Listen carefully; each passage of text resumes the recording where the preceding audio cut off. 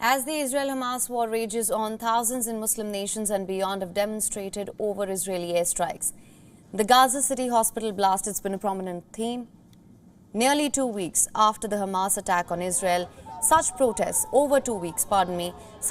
continue as Israel prepares for an impending ground invasion of Gaza. In the UK, thousands of people have taken part in a pro-Palestinian protest in London for the second consecutive weekend. According to authorities, a total of 10 arrests have been made linked to the protests in London for offences involving fireworks, public disorder and assaulting an emergency service worker.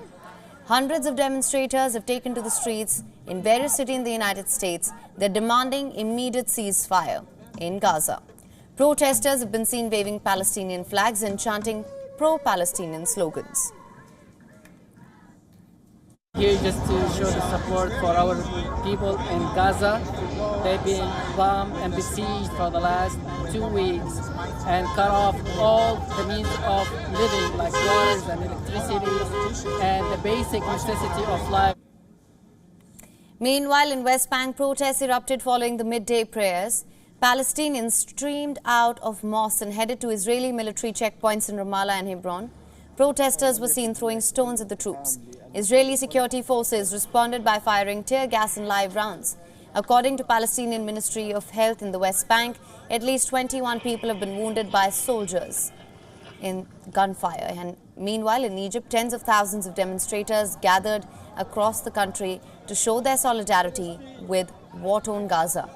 In a rare move, the Egyptian government has approved and even helped organize 27 locations for protesters. It's surprising because since 2013, Abdel Fattah al-Sisi's government, it's outlawed large public protests. Meanwhile, in Iraq, protesters gathered at the Western Troubled Border crossing near Jordan. The demonstrations have continued here. Demonstrators waved Palestinian flags and chanted, quote-unquote, no to Israel. يطالب بإيقاف الحرب والحقيقة إعطاء الشعب الفلسطيني حقه في العيش على أراضيه وطرد المحتلين هؤلاء الذين ارتكبوا مختلف الجرائم جندالة الإنسانية وآخرها ما فعلوه في المستشفى الذي فيه العزل والأطفال والنساء والشيوخ. WION is now available in your country. Download the app now. Get all the news on the move.